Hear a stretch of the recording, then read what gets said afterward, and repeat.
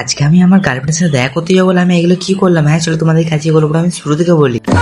তো hello guys, আজকে আমি অনেক বসে বসে উঠে পড়েছিলাম, তাও ঘড়িতে বাজছিল তখন দুপুর 12টা, না মানে কম সম করে আর কি। আর আমার গার্লফ্রেন্ড আমাকে ফোন করে বলে এসে তোমার সাথে আজকে দেখা করবো। আর এখন আমি চলে যাচ্ছি বাঁদরের মতন মুখটা নিয়ে দোকান দিকে নির্মা কিনতে। আজকে সালা বহুদিন পর যাবো গার্লফ্রেন্ডের সাথে দেখা করতে, তাই কি নির্মা দিয়ে মুখ ধুয়ে যাবো। যদি সালা একটু হ্যান্ডসাম লাগতে লাগবে, তারপর তো আমি নিয়ে চলে আসি নির্মা ঘরে। আর এখন বেলা 12টার সময় আমি এটা দিয়ে মুখ দিয়ে দেখা করতে যাবো। আমি পুরো 5-6 বছর পর বিরাজ করবো আজকে। আর আমার তো কোনো মুখ ধরার ইচ্ছে ছিল না, তবুও আমি কষ্ট মষ্ট করে বিরাজটা নিয়ে ঘষাঘষি করতে লাগিয়ে দিলাম। আর আমি অনেকক্ষণ ধরে ঘষাঘষি করার পর ফাইনালি আমার দাঁতের লুকটা ঠিক এরকম লাগছিল।